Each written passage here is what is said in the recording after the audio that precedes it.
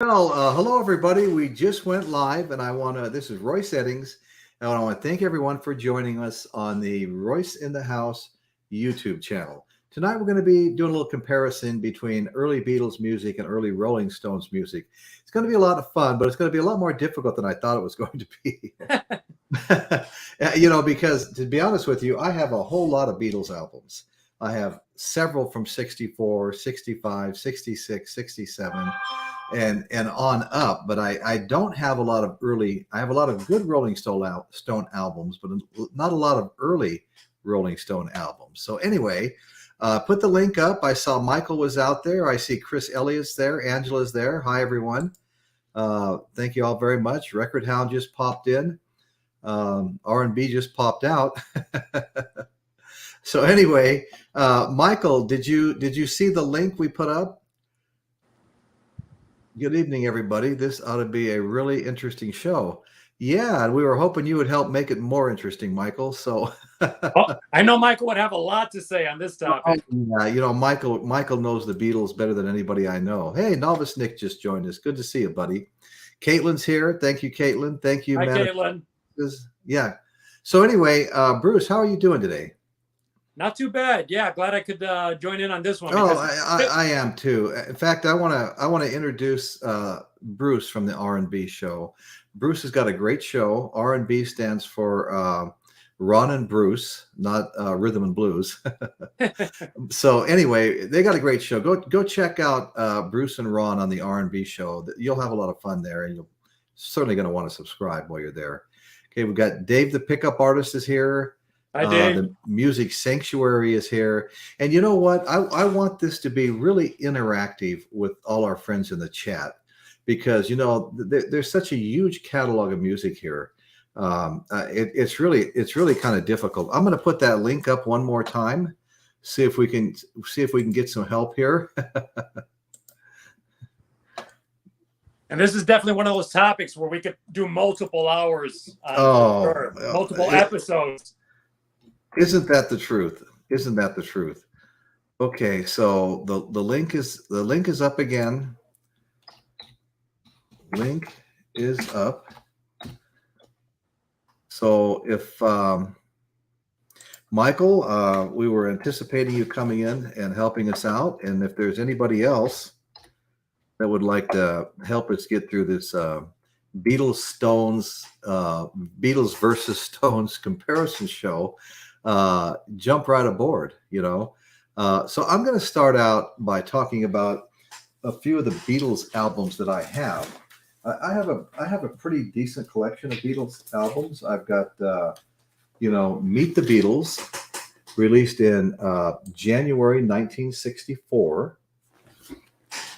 Then we've got the Beatles' Hard Day's Night, an original pressing, and this was released in June of 1964.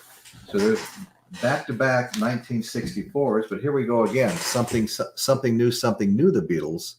This was released also in 1964, July of 1964.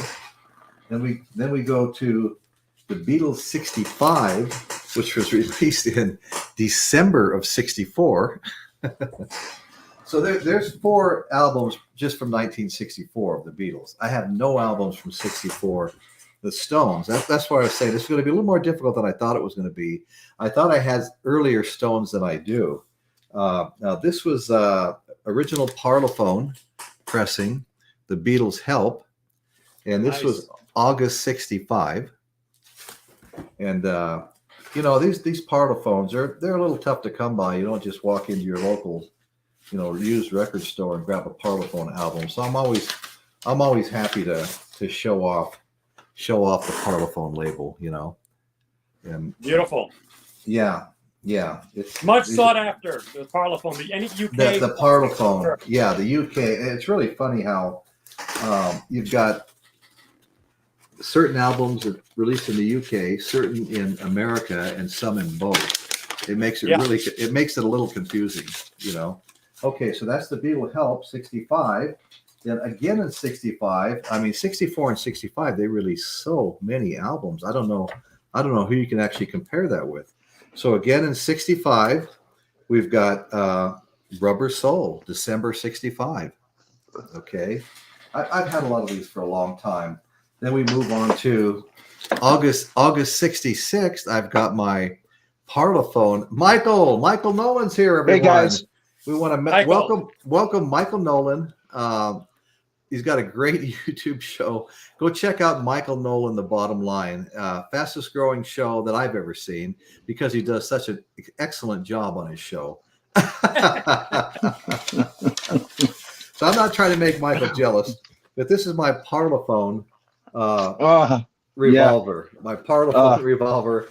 I just showed my Parlophone help, and I was commenting before you actually came on that this is going to be much more difficult than I thought it was going to be. So I'm glad you're here, because I know you're a huge Beatles fan.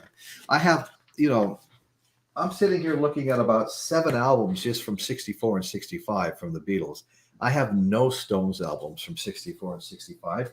And I was really trying to kind of focus on the early Beatles and the early Stones. I mean, yeah. I do have some track lists from some early Stones songs. So we've got Sgt. Pepper's Lonely Hearts Club Band, released in 67. Love that album. I love that album because we used to hitchhike out to Vegas to my older brother's house. He was a craps dealer in Vegas, and we were 15 years old. And we'd sit out there and listen to Sgt. Pepper's Magical Mystery Tour, maybe The Cream, maybe Blind Faith, and smoke weed. Then we'd hitchhike back to Henderson High. And there's some stories there too. Okay, then I've got my White Album, and this is a 2-album set. It's got everything. This is authentic, original American pressing, first pressing of the White Album. And the number starts out 007. Some of them have all numbers and alphabets before them. Yeah. And I like to say that this is in the lowest 2% of the numbers, because there's been 3 million have been issued.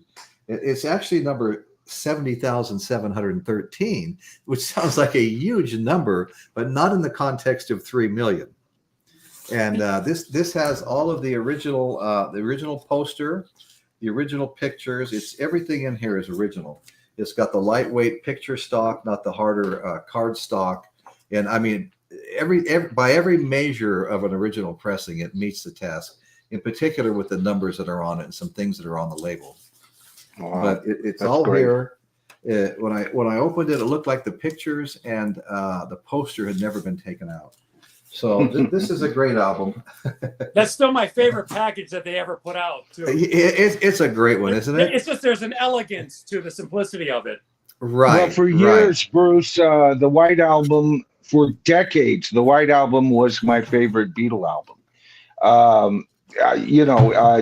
Of course, now Rubber Soul is, with Revolver right beneath it. But right beneath, the White Album for years, I always kind of brought up, if I was on a desert island and I could only have one album. I did a show like that on the right. Exactly. And that was my desert island album, because it's not because it's better than any particular other Beatle album. Right. It's because there's 2 discs, which is nice. We got a double album instead of a half an album like we did with Yellow Submarine, or a quarter of an album, actually, if you think about it. 4 songs. Right. A third. But anyway,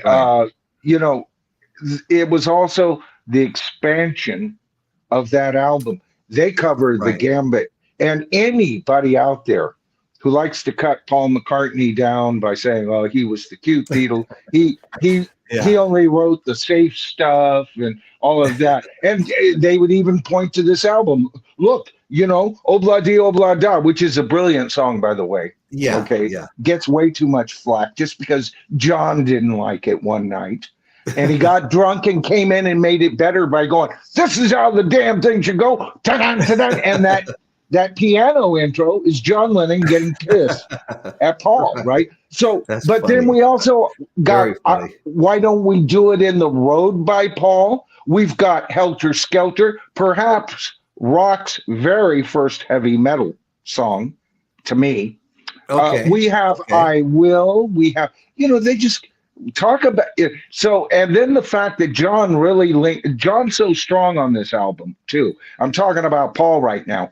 But Paul had this stint where he was, especially on Rubber Soul and Sgt. Pepper, and then of course by de facto, the Magical Mystery Tour album, right? He had kind of taken over there for a time, and here was John. I think John actually beat him by one track on this album, but if you include Paul's "Can You Take Me Back Where I Came From," if you include that little snippet, they're on a dead tie. And here we see the Beatles. I mean, we have Revolution number 9 by John. We have Julia. We have Glass Onion, which is a really nasty ass song. And nobody is, looking through two bent back tulips, not tulips, but two lips, seeing how the other half lives. Right. All right. John's a nasty boy, right? But they all play a little nasty on here. And of course, George Harrison coming out with his magnus opus, While My Guitar Gently Weeps. If you're on a desert island, or if you're just, if you're isolated to just listen to one album in rock, that's why I think the White Album, for a lot of aficionados, it's ranked high, even by casual fans. It's ranked high. You know, Michael, I want to say you've probably in previous conversations with me, maybe got the impression that I was leaning more towards being a bigger Rolling Stones fan than a bigger Beatles fan. And I didn't get that. Okay, well, the thing is, of course, the Beatles, got cut off early because of John being shot, and the Stones continued on up to this day. They're out touring. And recently released a song. I don't know, maybe it's been 6 months or something like that. And it was playing all over YouTube. But anyway, Living in a Ghost Town, which I think is one of their very best singles they ever released. Yeah. And it was topical too, man. I liked it, but I thought it sounded similar to a lot of other Stones songs. Something about the rhythm to it. But anyway, I still liked it. Kind of what the Stones are. They are a bit of a one-trick pony, with a couple of side tricks, the magician here and there. Usually the Beatles taught them, right? I mean, you'd get the Stones very early on. What is that? Dear Lady Anne, whatever. And then I was listening to the jumps in the melody of that today to kind of prep for today's show, right? And because I go, where have I heard that melody before? And guess what? Chad and Jeremy have very similar jumps in Please Lock Me Away. That same Mary Ann, that type of thing. And guess who wrote that song? That was Paul McCartney. So the Stones, the Stones, to me, it's like comparing the Stones and the Beatles is like comparing apples and oranges who want to be apples. Okay. Well, it's a very tough comparison. Yeah, it is. Because to me, when the Stones stayed in their backyard, which was blues based, even when they were just covering, you can't argue with that raw power that they have. I was just going to say they are much more blues based, like a lot of the English bands that came over were during the British invasion and after the British invasion. I thought early on and you've said it yourself before, the Beatles were, I won't say teeny bop, but definitely pop, and not every band coming over in the British invasion was as poppy sounding as they were. I mean, the women, the girls went crazy and were pulling out their hair. I was begging my father to buy me some Beatle boots, and and maybe trying to sneak my hair a little longer. But anyway, we're all fans of the Beatles. But there was a lot of bands that came over that they were a little edgier. I mean, like Eric Burdon and the Animals. They never sounded pop to me. They always sounded like rock and roll. And I matter of fact, I preferred the Animals to the Stones. At that time, I absolutely loved the Animals and still do. And I probably preferred them to the Stones at that time as well. Right. But They sound, see, the Stones, their early recordings, first of all, horrible mixes on some of them. Just the listener in me winces at some of those, as do those mock stereo mixes of the Beatles' early albums. Bug the hell out of me too.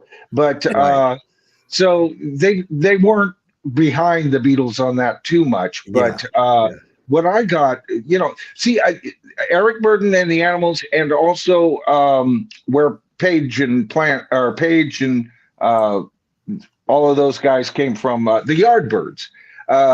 They had just enough pop in them, but much more edgier than the Beatles. But they almost sounded as cool as the Beatles, where the Stones was more edgy, So I liked Eric Burden Stones, and the Animals. The Stones were more edgy, exactly. I love this. I love this comment by Rick here.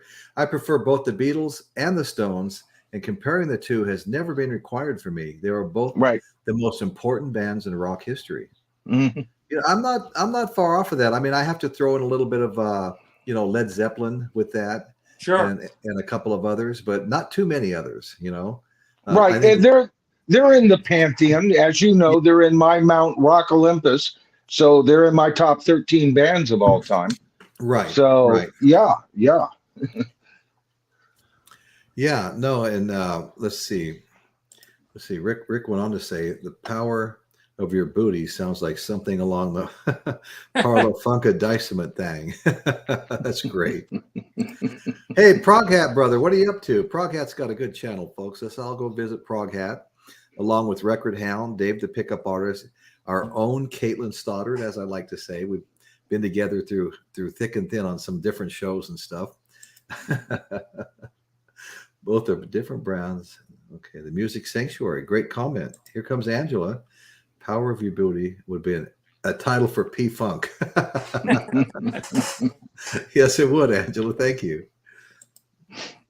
Animals were more blues than the Stones. The Animals were more blues than the Stones. Yeah. Mm-hmm. I think it was about 10 years ago. I rode my Harley Davidson to the Laughlin River Run in Laughlin, Nevada, and picked up a little flyer from the newsstand to see what was going on in Laughlin during the run.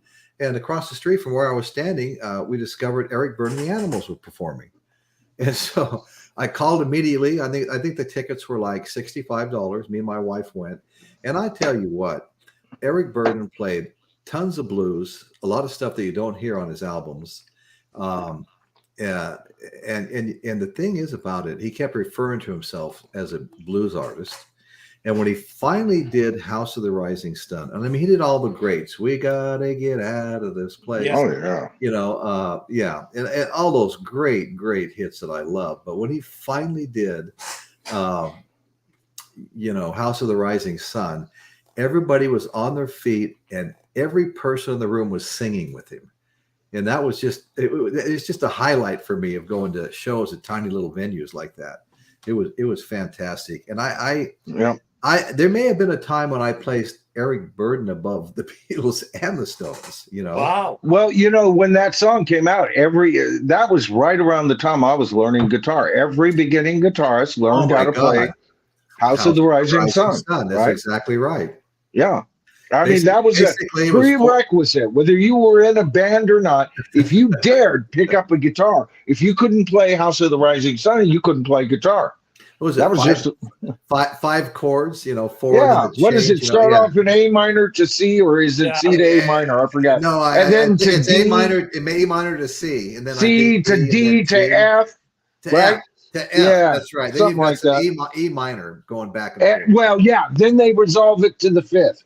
Right. With the E, they resolved it to the 5th, which gave it the blues and everything that we love. And was it Shocking Pink? No, Shocking Pink, who did a kind of a more heavy metal version of that came out probably 2 years after I Love too. It was big here in California. It was a pretty big hit. Zep Pearl kind of made the comment that I made a few minutes ago. Beatles were pop, Rolling Stones were rock. And I felt that with the Stones. I felt that with Eric Burden. I don't know how many others from the British invasion I felt that about. A little later, you could say that about a lot of them, even the Beatles. But anyway, yeah, Zepp, how you doing, buddy? If you would like to jump on, I can put a link up. Just let me know. Zepp's also a warehouse of knowledge. I remember. Yes, he is. Catholic Massachusetts camp in the summer of '65. I was 12. Had some overnight camping thing. Then the Superstation played for the crowd, and it all went nuts. All went, nuts. Okay. All right. You just never know. Cousins had more Rolling Stones. Well, with me, my debate at the time period we're talking about, like 65, it's maybe 4, 5, and 6, was with my California cousins who were all in the Beach Boys. Oh, yeah. And I would argue on the behalf of the Beatles, and they would argue on behalf of the Beach Boys, and we'd take turns naming hit songs from the two different bands. And it always kind of ended in a draw, where we always agreed that the other side had great songs. And I didn't dislike the Beach Boys. I liked them a lot, but the Beatles were like number one at the time. The Beatles were number one with most people, at the time in that British invasion. I mean, first of all, they just set the world on fire when they came over here. All the girls were screaming their heads off, crying their eyes out, and I'd never seen anything like that in my life. I don't even think I saw that with Elvis before them. Yeah. I personally, I've always loved the 60s incarnation of the Stones. And yet so much of what they did up to Satanic Majesty's Request was always kind of still in the shadow of the Beatles. It's really post Satanic Majesty's where they really start to artistically flower and really carve out more their own terrain. I mean, even to the point where in 68, John Lennon, I think, made a statement like he would have rather have been in the Stones at that period than in the Beatles, because he was feeling more of that kind of vibe. But one of the things I think we have to really address in this conversation is also the huge influence of management on both of these bands, because it dictated image-wise what both became in public consciousness. Because you have Brian Epstein and then you have Andrew Oldham, right? But there's a bit of an age gap there. Whereas, Brian Epstein, he was never really like into rock and roll so much. He was more into theater and into classical music. And that refinement was something that he would bring and polish up the Beatles' image. Where we know that they were rough and ready in Hamburg and more like rockers and stuff. Damn right, Bruce. Great point. Andrew, he was more a guy who was into rock, also one of their peers, kind of in the same age group. And one of the things that he did that was so smart, in the 60s, everyone was sort of trying to be the next Beatles. He was so clever that he did what we now call counter-programming, which was let's define the Stones in opposition to the Beatles, like the anti-Beatles. Even though they were buddies behind the scenes, but image-wise, a critical decision to make in terms of carving out a separate terrain and defining the Stones as other than the Beatles. Right. Very good point, because matter of fact, Lennon later would say that you should have heard us in Hamburg. That's when we kicked ass. A lot of people, what was it that Mick once said about the Beatles? He said, the thing is, the Beatles weren't around when touring began seriously. Now, first of all, Mick, the Beatles invented touring for rock, okay? And they invented the stadium concert, okay? But he is right. Now acts, along with the Stones, were taking their own stages, their own light shows, their own equipment, their own PA system that cost $1.5 million back then, which was a whole lot of money. And they were touring bigger events, bigger crowds, ever bigger. And so he says, so the Beatles never did that. And he was kind of bragging how the Stones, at least, we're a real rock band because we've done those tours and they wouldn't have held up. And he was being cheeky. It was in response to something Paul had said about him. Okay, so they've done this back and forth badminton contest over the decades, right? But here's the deal. Here's how powerful the Beatles are. All right. Here it is, all in a nutshell. Yeah, you're right, Mick. And it only took one freaking Beatle to outdraw you and play even bigger events. And it was called Paul McCartney and freaking Wings. So shut up. Right? Right. Right? Well, Right? One no, that's freaking Beatle outdrew everybody on the planet. Yeah.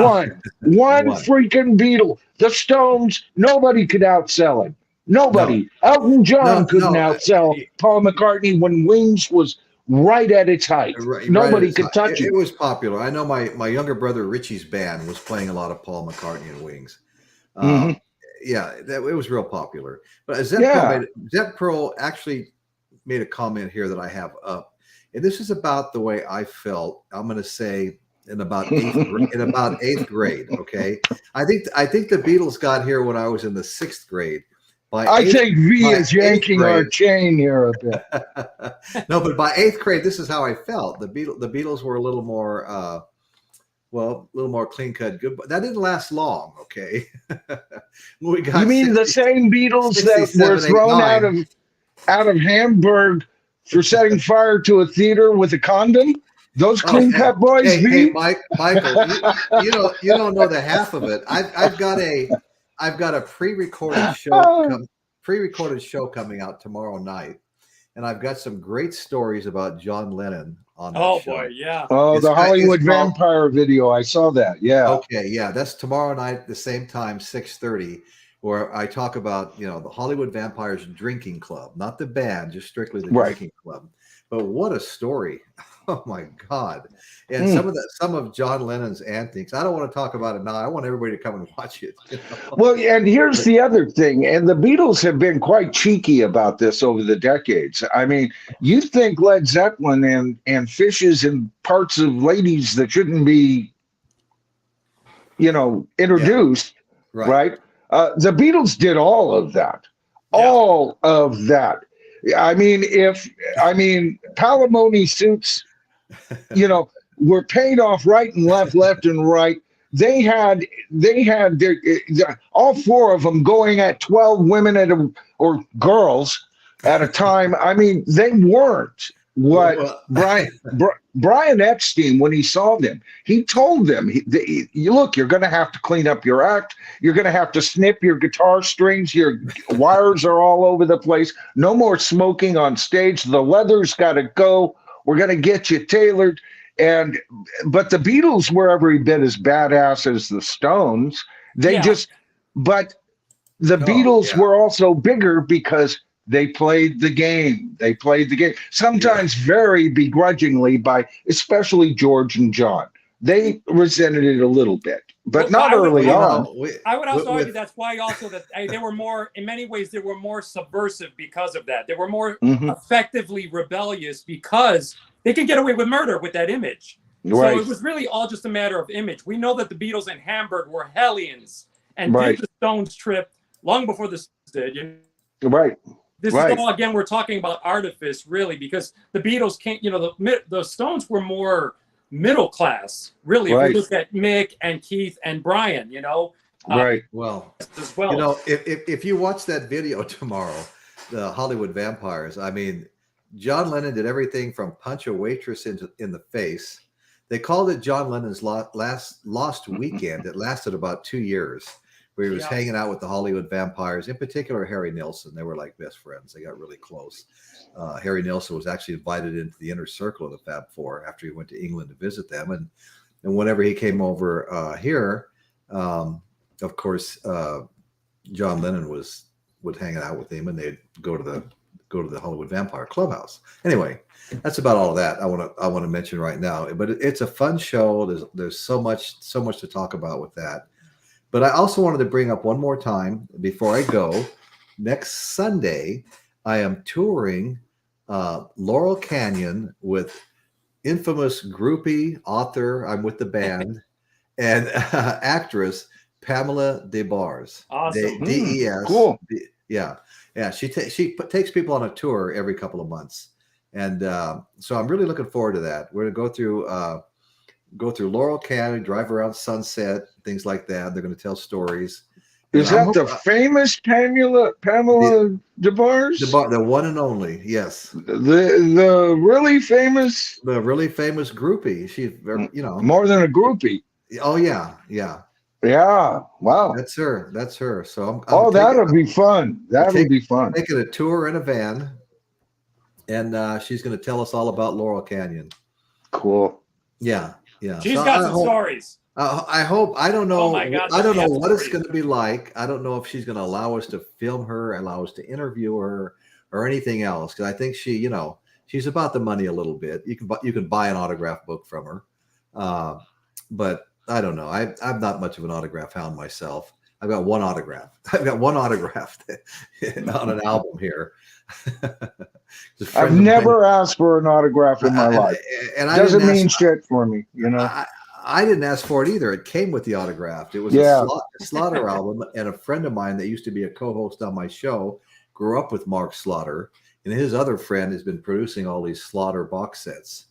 And so I bought the Slaughter album to support everybody, and it came with a great big signature on it, silver writing across the front. So anyway, only autograph I have on an album. And I've been around plenty of people I could have taken albums and gotten signatures, but it just never occurred to me that was something to do, Right. I feel a little geeky doing it or something, Anyway, whatever. Where were we? I just want to say that I'm looking forward to that tour with Pamela, and my wife's going to. We booked a room just today, about a block from the meeting point, just a couple of mile, maybe a mile walk to where we got to hook up and get in the van and go take the tour. I don't know what to expect from it all. I don't know what she's going to be like. Can we film her? Can we interview her? Can we make a little pre-recorded and put it on a show? There's also Tommy that owns the Laurel Canyon store, and he's quite a character too. It'd be great if I could hook up with him and hear some of the stories of the people that come in and out and people he's met, because the store is an infamous place. The store was a hangout, if you weren't at, Mama Cass's house or someone else's house and nobody could find you, you had to be at the store. And if you weren't there, you went down to the Troubadour, Right. And, anyway, so that should be fun. I don't know what to expect of it, but we'll walk around Hollywood. We've down on Sunset and walk around the Hollywood, Walk of Fame, and we'll see whatever we can get. I'll get some pictures, maybe a couple of short videos and stuff. Yeah, I don't go down there every day. I rarely go down there. Once I moved out of Southern California, it was like it no longer existed to me. Yeah. Yeah, I worked down there for about a year, and once I was gone, you get into the excitement. That was in '73. It was in '73, and I was setting up sales offices and things down there for a traveling circus of all things. And so I spent that year basically just in and out of hotels or motel rooms, depending on where it was, what office I was setting up. But I got to know a lot of people down there that summer and a lot of people in show business, and it can be intoxicating. But once I left, I didn't miss it at all. I really didn't. Right. And that's how I felt, it was interesting at 18. I was 18 years old. And I was making way too much money for an 18-year-old. And so, and I got involved in that crowd, because I didn't have any friends down there. So people involved in the show, we sold tickets for a European high wire act, right? And they had connections and tendrils all over. This is back when, circuses were a dime a dozen still, man, so I do that whole thing. And all of a sudden they knew so-and-so and such. I'd be at these parties right there where you're going to be going. And it was like, it was intoxicating, like I said. Once I was gone, it was like, nah, man, I'm glad I'm out of there. Because, you could just get sucked up into that so easy. Oh, yeah. Yeah, totally. Yeah. Yeah, some of the cities can be really crazy. I'm glad I live in a rural area. I don't know. I could probably spend a year in a big city someplace. I don't know if I ever will, but But I've been away from it for so long. I guess it can be fun to visit. It will be fun to visit. Let me put it that way. Well, I Yeah. love going down and visiting San Francisco. It's like my backyard, but I wouldn't live in that hellhole to save my life. Right. You know, Right. Right. I mean, it's a beautiful city. Uh, it's a cultural vortex. The art and stuff that's come out of there is wonderful, Right. but it's turned into one giant homeless encampment, Oh, I as a know. lot of cities A of lot its of ilk lot do. of cities. That's Yeah. exactly right. Yeah. I just saw a video where they're saying every single store on the Embarcadero is totally shut down, closed. No, You you're know, kidding. You're kidding yeah, me. out of business. Not, there's no business there. And I just saw another video down in your neck of the woods, well, a little south, uh, where there's a homeless encampment just across the street from Beverly Hills proper. And No. now Beverly Hills, all these actors and actresses who have been telling us for the last 5 years on, how, this is okay, these sanctuary cities and everything, and let's get Right. them a hotel room for free and everything, right? And Right. now, Right. but they can't cross that street because the cops in Beverly Hills ain't going to allow it. You That's right. freaking hypocrites. You Oh, yeah. freaking Hollywood vampires. There is the true The Hollywood true vampires Hollywood right there. vampires. Yeah. Right. Oh, Right. not in my backyard. No, of course No, not. it's in yours and mine, Royce. They want those people. Yeah, Right? it's a hell of a problem. I don't know how to solve it myself. I guess nobody does. You can throw money at it, but does that solve it? Well, I mean, it's not uncommon just to walk down the street these days in any major city. Some guy just whips out his fang and takes a piss, Oh yeah. or some woman stoops down and takes a shit San Francisco. right in front of you, Right in man. front of you. Right in front of you. I think they legalized it in San Francisco. What the hell? Since when has this ever not- been okay? I'm not sure that they don't even allow that in third world countries, Well, no, they'll at least go around the, giant concretes of tubes that first-rate nations send over there for housing, cement tubes, Yeah, but at least no. they have some dignity. Oh yeah, no, I've seen some stuff. We bought me and some investors bought a house, and it was zoned for 12 more houses, and we wound up doing a 12-house subdivision on it. It was about 4 years ago. And when we got there was a guy that was renting the house, and he must have had 15 people he was renting wherever they could find a place to sleep in, And there was an old barn out back, used to be an old cabinet shop or something.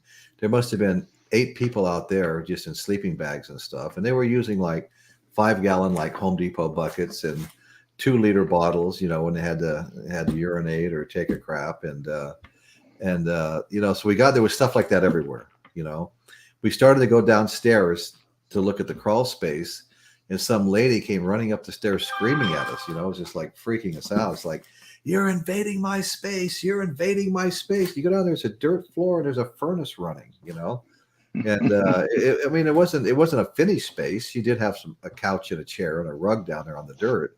But I mean, the stuff that we ran into there, and you know what? You couldn't get rid of some of these people, even after everybody had been evicted, and we had like 15 vehicles to get rid of. And, we went through the whole process of getting title to them, and then just gave them to some wrecking yard if they'd come and get them. But one funny story was the boat. There was a boat there. Somebody didn't want the boat. They wanted the trailer. They tied a rope to a boat, tied it to a fence, yanked the trailer out from underneath and stole the trailer. I'm all for, the plight of true homeless people.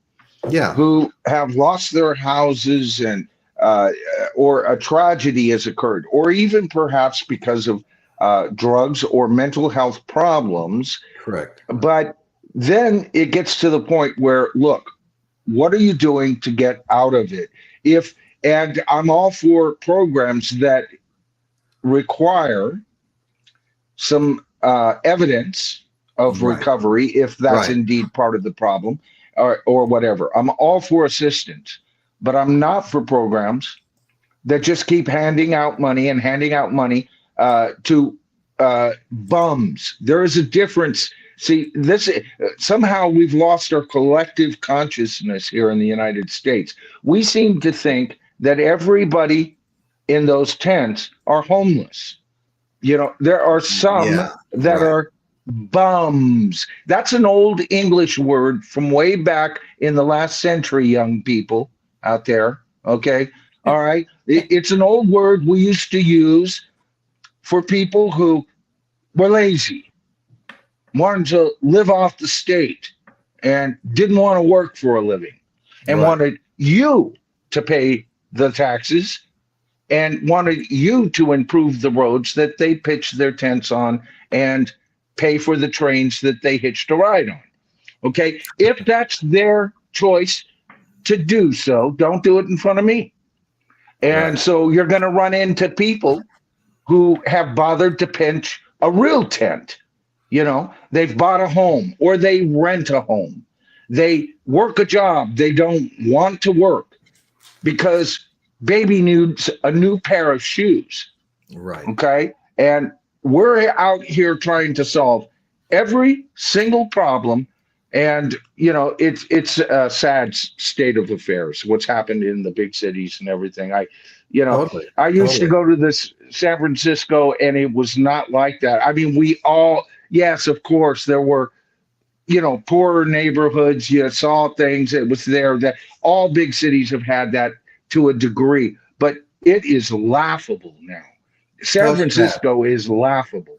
Right. Right. You know what the funny thing is? I always, from the first time I went up there, I was running into the homeless and stuff. Even when I used to take my little kids up there, my Yep. children, which are the youngest ones, like turning 40 now.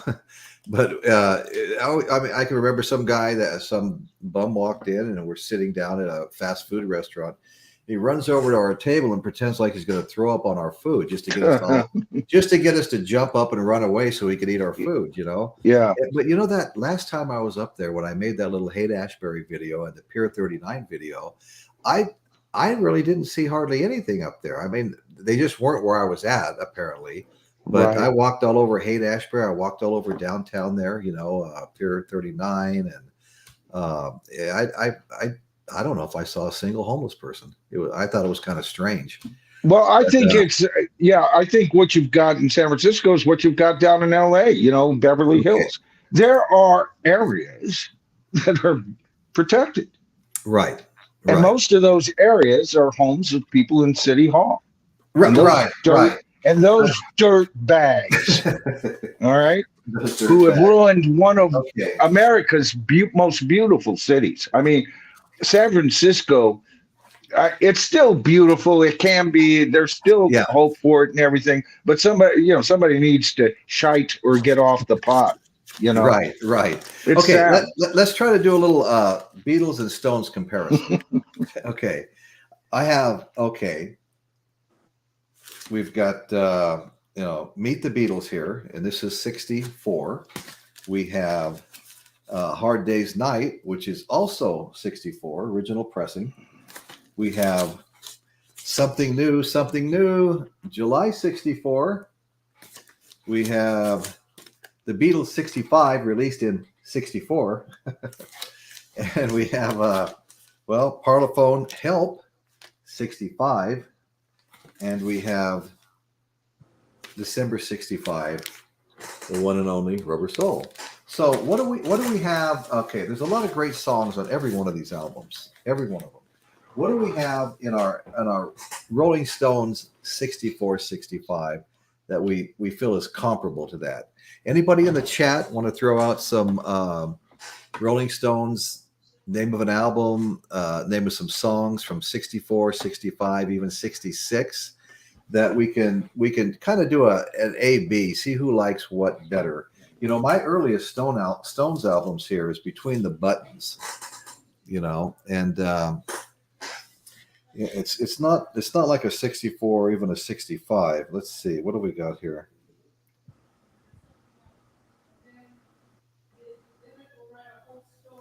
Yeah, I'm actually not really even seeing when this came out. And anybody can Google Between the Buttons by the Rolling Stones? We can see when it came out. Does that album have Paint It Black on it?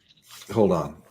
I'm trying to remember because Okay, side one, you've got Let's Spend the Night Together.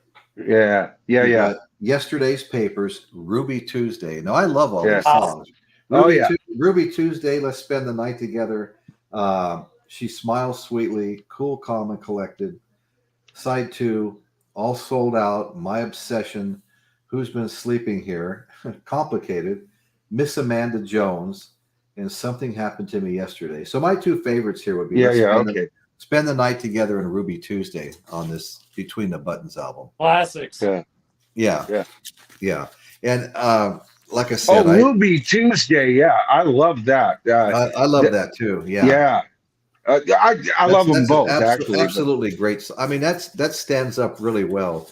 Now, again, I didn't see the year on this, and this is stereophonic. But I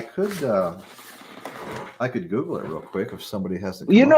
During this whole time period, the Stones were 65. Pretty good about keeping up with the Beatles in regard to how many singles and everything, and they had a lot of hits. If they didn't go as high as a Beatle hit, they were still top 10, still real well known. And those are usually the ones. And then I'd get an album by them, and then the rest of it wasn't quite as good as the 2 or 3 songs that I really liked the album for. And yet when I would listen to the Beatles, I would listen to these other cuts and go, why isn't that a number 1 hit? Why isn't that a number 1 hit? And the radio treated those other songs that weren't a number 1 hit. People get freaked out over what Beatles songs weren't actually singles or top 10 hits. What year was the album, Rolling Stones album, Between the Buttons, recorded? What year did the Rolling Stones album Between the Buttons come out? Now, Record Hound's saying 65. The release date of Between the Buttons was January 67. 20th, Okay, so that's probably the earliest Stones album I have is 67. So it's not, I don't know that it's a fair comparison to compare songs from 67 with songs from 64 because everything progresses, I mean, it's like comparing Sgt. Pepper's or Magical Mystery Tour with an album from 64. I mean, it's just like night and day, although the songs were all good always, but it's just completely different. So to me, I think the one album where the Beatles, if you're talking about comparing early Stones to early Beatles, I'll compare the English pressing of A Hard Day's Night over any early Stones album. Now, that doesn't mean there aren't some great albums with some fantastic cuts on them. I'm just saying that one album, that's to me, A Hard Day's Night. Okay. Yeah, 13 songs on it. 10 were written by John Lennon. 3 were written by Paul McCartney. Okay. The 3 written by Paul McCartney are as good as the 3 of John's best on that album. John dominates. And they wrote it up within days practically because they were big. I mean, the whole album, when you listen to it, for that early sound, that is their best album. I've called it their very first classic album. The first 2 have weaknesses, but not this one. This one stands the test of time. This has got obviously A Hard Day's Night. Tell me why you cried. Okay. I should have known better with a girl like you. I'm happy just to dance with you. I mean, these are all like classic. Sang by George, but written for George by John. Absolutely love the song, And I Love Her. That little intro. Dun, dun, dun, dun. Which George made up. Paul did not write that part for that song. George made up that going down, down, down riff. And he says, Paul later said, I didn't write that. George came up with it. And yet that's the thing you remember out of that whole song. Oh yeah. That's the hook right there. That's the hook. And that was what George was famous for. Okay. Okay. So should have known better with a girl like you. If I fell in love with you and I love her. These are great. I mean, these songs stand the test of time, big time. Absolutely. Can't Buy Me Love. Ringo's theme, This Boy, A Hard Day's Night Again. I think there was an instrumental version and a singing version on A Hard Day's Night. This is that's the American version that you've got there. Well, that's where it starts to get confusing, because let me just show you this, okay? I've got UK versions and US versions on the very first Stones album and on the second Stones album. The first one was 64, the second one was 65. And let me just, for a comparison, since this is 64, let me just read the track list. Now, I thought every one of these songs was like, an iconic song that I recognize and probably could sing a couple of bars from, after all these years. But, okay, so here we have the Stones' debut album in 1964. And it starts out with a song called Route 66 that was written by Bobby Troup. I Just Want to Make Love to You, Willie Dixon. Honest I Do by Jimmy Reed. Mama, I mean, there aren't any originals here. Right. Mama, I Need You, Baby by Elias McDaniel. Now I've Got a Witness by Uke, Uncle Gene, and Uncle Phil. Little by Little by Nanker Felge and Phil Spector. And okay, so we get to side 2, and it's got I'm a King Bee by James Moore, Carol by Chuck Berry. That's a great song. But again, it wasn't written by the Rolling Stones. I haven't found one here yet that was. Tell Me. Well, they wouldn't write until. Okay, wait. I stand corrected. Tell Me by Mick Jagger and Keith Richards. Okay. Huh? Can I Get a Witness? Brian Holland, Lamont Dozier, and Edward Holland.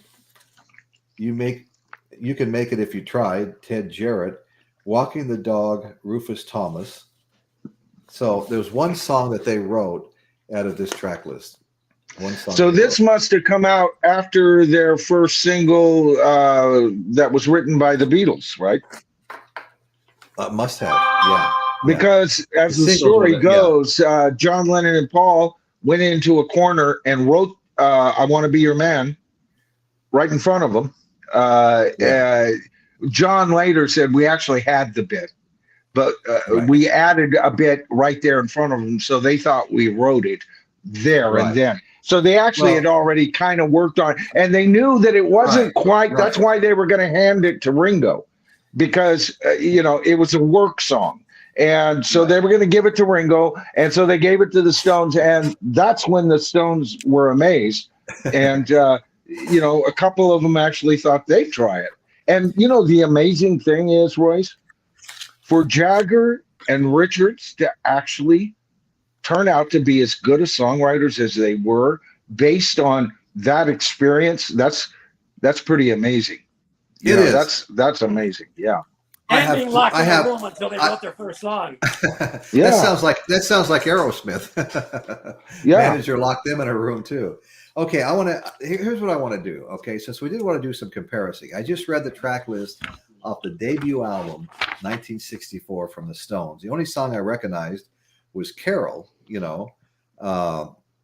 Okay, so what I want to do now is look at these 3 Beatles track lists from 1964. We already looked at A Hard Day's Night, and see if you think that the Stones track list from their 64 album is better than any one of these. And I'm going to start out with Meet the Beatles, January 1964. Okay, and they've got pick on the second album. I Want to Hold Your Hand. I Saw Her Standing There. Won't Be Long. All I've Got to Do. All My Lovin'. Don't Bother Me. Little Child. Till I Was There. Hold Me Tight. I Want to Be Your Man in Not a Second. Now, I don't see anybody getting credit for writing these songs.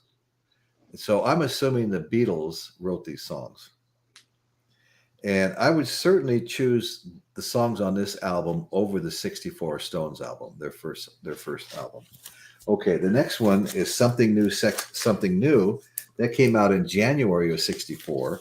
And it starts out, I'll Cry Instead, Things We Said Today, Anytime at All, When I get home, slow down, Matchbox, tell me why you cried. And I love her. I love that song. I'm happy just to dance with you. And okay, that's it. The calm gimmer. I can't even read it. Kongimer deiner Hand. That's exactly what it is. Thank you. But anyway, I want to hold your hand in German. Yeah. I probably raped that, but is there anybody that would take that album over the Stones playlist I read? Bill K, how you doing, buddy? Good to see you, man. I got. That's actually what I consider one of the weaker albums by the Beatles. I love the album for one reason. Yeah. I like the fact that the Beatles start sounding like what we came to know the Beatles to sound like. They've got the 3-part harmony. I mean, it's all over the first album, but it's Beatlistic on this album. Right. And I think that was the biggest step forward for the second album.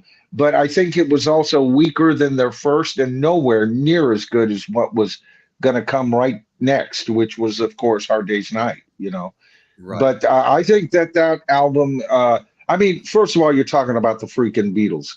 So with the possible exception of that horror that they put out called Yellow Submarine, and even that had Hey Bulldog.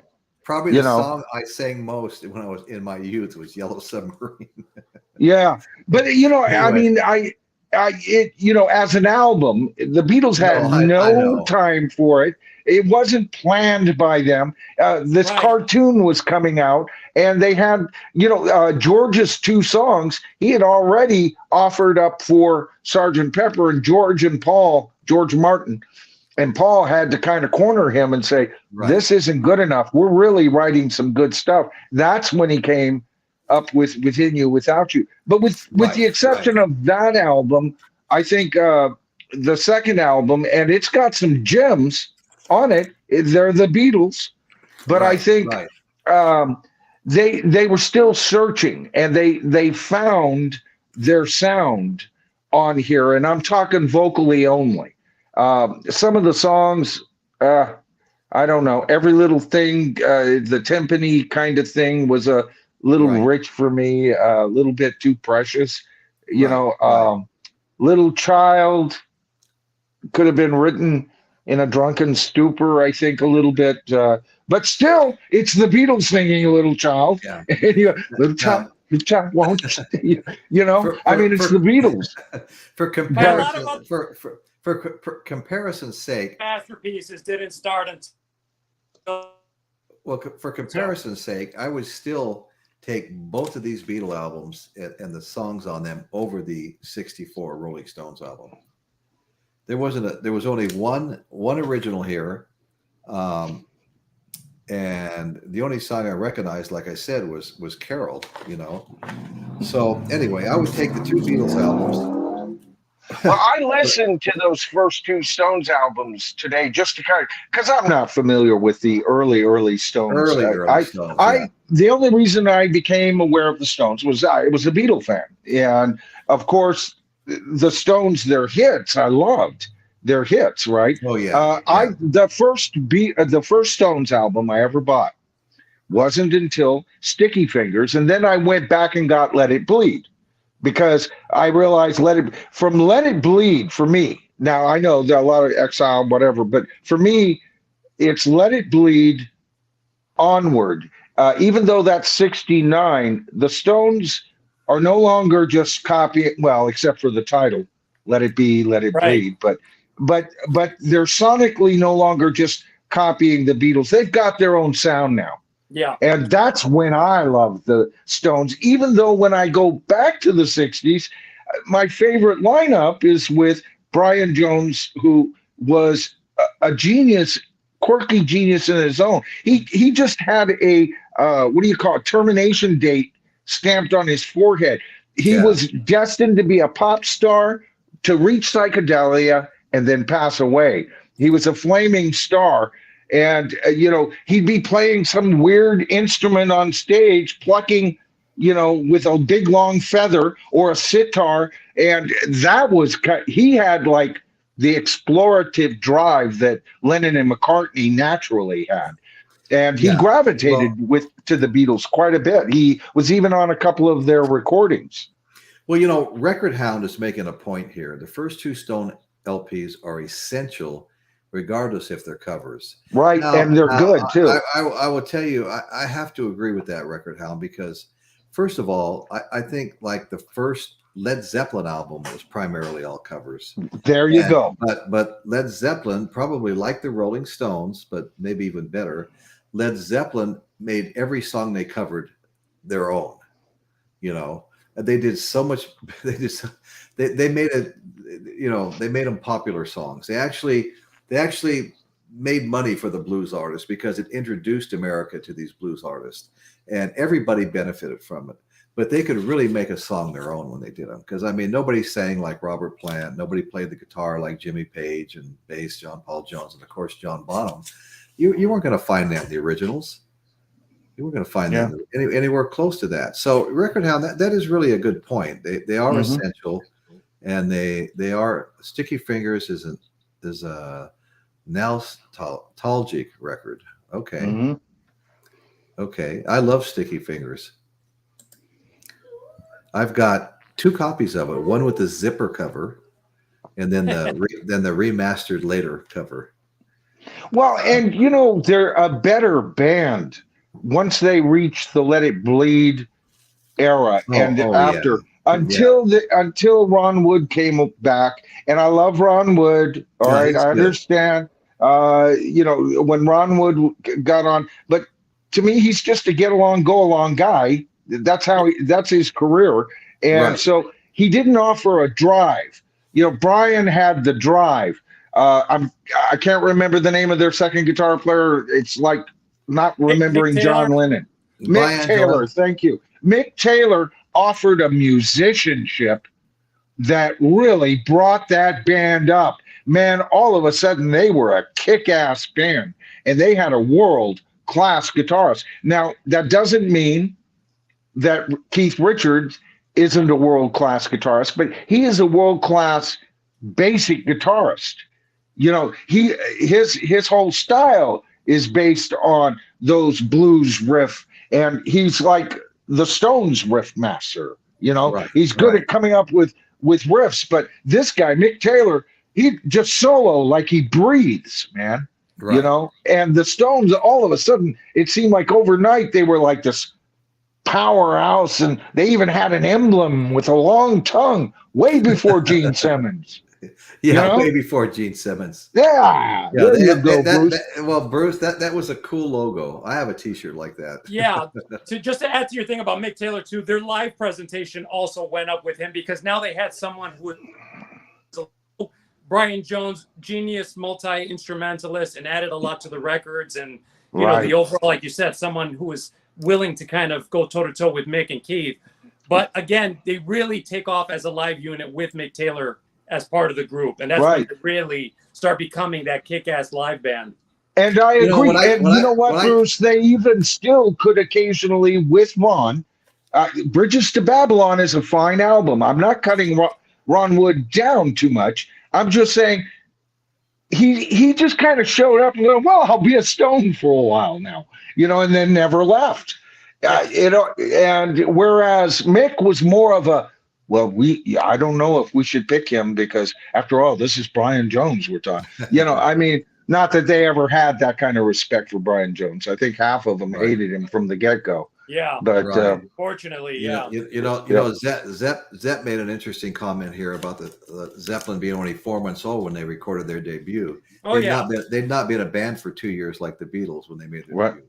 That's very true. But I will say one thing, that when they had initially branded themselves the New Yardbirds to go fulfill the Scandinavian tour dates for the Yardbirds, most of those songs that they were playing wound up on their debut album. That's why it only took them, what was it, 35 hours was it in the studio, and they laid all those tracks down and were done in 35 hours. And by all accounts, from like rehearsal one, they had it. So a lot of like having to meld with each other. They kind of had Right. that thing from the get-go too. Yeah, Right. that's true.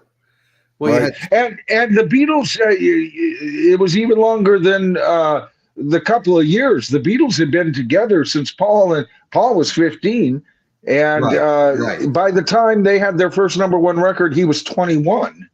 Yeah. All right. So they had been together for 6 years. I mean, they had to learn the hard way. Paul would talk about him and John traveling across town because some guy knew a B7th chord. Yeah. And they had heard about the dreaded, because you need the B7th chord as the fifth when you're playing the blues in the key of E. You've got your E, which is your 1 chord, your A, which is your 4 chord, and your B7th or B, which is your 5 chord. And none of them knew how to play a B7th. So they went all the way across town and conned a guy into teaching them. That's a tough one. But isn't that wonderful? I yeah. love that No, I know story. it is. Yeah. The story shows the level of dedication that they had even then to going that extra mile, and that love and that passion for the music. That tells you everything you need to know about the early Beatles. Right. And by the way, Bruce, the Please Lock Me Away. We were talking about that song, right? Paul wrote that when he was 16. Amazing. He wrote that song when he was 16 years old. I think what I'm going to do right now is I'm going to read the track list, the song list off the second Rolling Stones album, which came out in January of '65. And, the albums I would have here to compare that to as far as the same year would be the Beatles' Help and Rubber Soul. So keep these in mind when I read these track lists, because on the Beatles' Help and Rubber Soul, we know that these are, I mean, let's just look at Rubber Soul first. We've got I've Just Seen a Face, Norwegian Wood. That's an amazing song. You Won't See Me, Think for Yourself, The Word, Michelle, my girl. Okay. It's About Love, Girl, I'm Looking Through You, In My Life, Wait, and Run for Your Life. And that's the famous Rubber Soul. The U.S. version again, right? U.S. version. Okay. Yeah, because there was a couple of Help songs on there. Yeah. This is the English Parlophone version of Help. Okay. I pulled that out earlier, showed you the Parlophone label. Okay. This has, of course, Help, The Night Before, You've Got to Hide Your Love Away, I Need You, Another Girl, You're Going to Lose That Girl, Ticket to Ride. Wow. That's a great song too. Side 2. Wow, it's a lot of songs for side 1. Now those are all the movie songs. Now comes side 2. Now this is besides the movie, folks. Listen to these songs. Okay. Act Naturally. Nah. Yeah, yeah. Okay. It's Only Love. You're Like Me Too Much. You Like Me Too Much. Sorry, my eyes are getting a little blurry. Tell Me What You See. I've Just Seen a Face. I've Just Seen a Face. Yesterday. That's a great one. Dizzy Miss Lizzie. Okay, so that's why I've always called the Help a near masterpiece. Yeah. When the Beatles wrote on Help, they were as good as they were on the next 2 albums. It's just that they went back and did a couple of covers. Right. And I had it. I had it by then. Now here's the Stones' second album, and this is January '65. Okay, so this is right in that same time period. Everybody Needs Somebody to Love. Down Home Girl. You Can't Catch Me. Time Is on My Side. Now that's a fantastic song. Oh, that's good. I love that song. You get that stuck in your head, it'll be stuck in there for a long time. What a Shame. Grown Up Wrong. Down the Road a Piece, Under the Boardwalk, I Can't Be Satisfied, Pain in My Heart, Off the Hook, and Susie Q. Off the Hook was Mick Jagger and Keith Richards.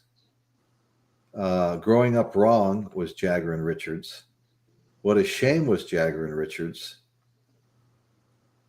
Okay, so they wrote 3 of these songs, and that's 1965. After that, when it comes to my Beatles stuff, I jump into '66 with my Parlophone Revolver. Yeah, I don't even know how I came about the Help and Revolver and Parlophone, but I'm very grateful that I have them because these just aren't that easy to come by anymore. Okay, so that would be what I have to offer from the Beatles for '66, and then we get into Sgt. Pepper's '67. Of course, then the White Album '68, and Abbey Road '69. Now that's not my whole Beatles collection. I have a duplicate over here. I have an album that I don't know. Are you familiar with this album? Oh yeah, Hey Jude. Hey Jude. Okay. Yeah. Okay. So I have Hey Jude. A compilation, late era compilation. That's right, a compilation. That's absolutely everybody either bought the oldies album or that one, or they bought both of them to get kind of, a good cool collaboration of both of them, because the oldies album had they might have even had a couple of tracks that wound up on Hey Jude, because Hey Jude does have a couple of early Beatle cuts on it. Yeah, no, this has Hey Jude, Revolution, Paperback Writer, I Should Have Known Better, With a Girl Like You, Lady Madonna, Can't Buy Me Love, Don't Let Me Down, Ballad of John and Oko, Rain, and Old Brown Shoe. I mean, this is a great album right here. It was, yeah. I was surprised they took it off their discography. I thought that was, but part of it was that was an Abco record, and Alan Klein was behind that release. And so once he was off the scene and John and George weren't in his pocket anymore, the Beatles, I think they all agreed, just take it off. It was a money grab. But man, I think about it. The songs are great. And the album cover is great. It had a look. It had its own feel, Absolutely. From their last photo session too, so that's cool. Right. Especially for us American fans, because we didn't get a lot of those B-sides unless we were, getting the B-sides as I wasn't a 45 collector, right? I never was either. We had them in the house when I was a kid because my dad would make deliveries to, little restaurants and cafes and stuff, and they'd give them to him out of the jukeboxes, big stacks of them, I mean, if I had the money and for the Beatles, I would collect the singles. But other than me coming home and going, all right, Old Brown Shoe, put it on, and listening to it, or The Inner Light, okay, listening to it about 7 or 8 times, then I never really went back to it. So it was nice to find these things on albums, long players, because I love those tracks. But I'm not going to go fish out a 45, search B-side, put it on, where did that plastic thingy go? Oh, put that on because it's got a bigger hole. For you guys in England, we have big holes on our singles, compared to the spindles. Oh yeah. Yeah. In fact, I had some 45. They're a friend of mine, so I had to give them back to him, but they had the small holes, and but anyway, I wanted to mention to Johnny, he wanted to know if there was a I just put a link up if someone wants to join us, and it looks like Bill Kay's coming on. Hey Bill. How you doing? Hey Royce, I just thought I'd come on and say hi. Well, that's great. I appreciate that. How you been? I feel naked with my hat. Are you a Beatles fan, a Rolling Stones fan, or both? And which one do you like the most?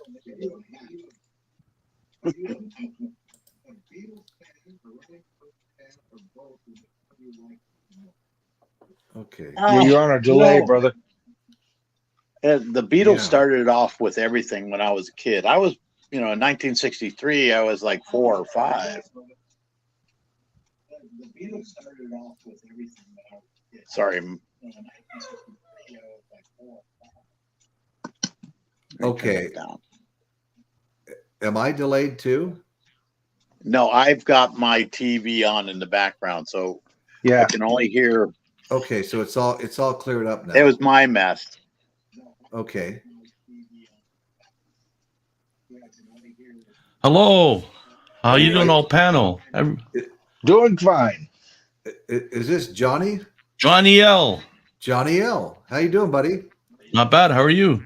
Good, good. You were a disc jockey, right? A DJ? Or Yeah, on the Do Up Cafe. Yeah. Okay. Yeah. I was just listening to you guys. Hello to the chat as well. So I'd like to say hello to them too, because without them, Okay. there's no show kind of thing. So. Oh, Yeah. absolutely. I Right. love the chat. Without them, But, there's no show. Johnny, was- let me ask you a question. Go ahead. Being a DJ, you're around music, you're spinning music. Okay. Beatles or Rolling Stones? Which would you say you're the biggest fan of, and why? Wow. That's a tough question because Starting you off easy, Johnny. I like some of the songs that the Rolling Stones sang with Right. Painted Red and a few other ones, right? Right. But I like the Beatles more because I've always been a Beatles fan more than the Rolling Stones actually. But Okay. yeah.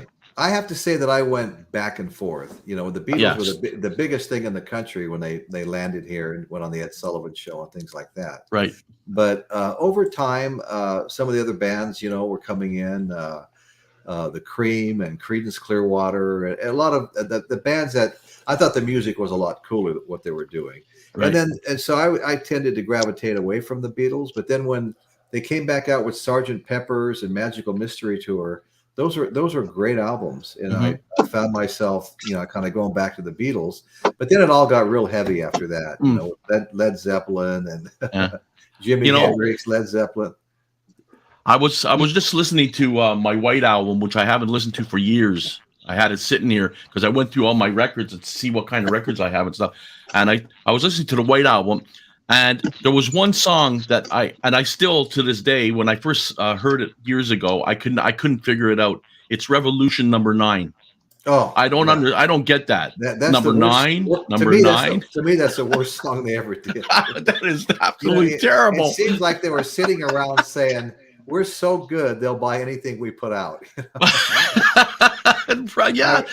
I remember a conversation between George Harrison and Eric Clapton, and you know, Eric Clapton had tapped George Harrison to help him write a song for their Goodbye album, the Cream's Goodbye album. They were all tasked with coming up with a song, and Clapton had previously played on While My Guitar Gently Weeps for George Harrison, so he came back and they were writing a song together, and they were kidding around about how easy it was for them to write a hit, you know.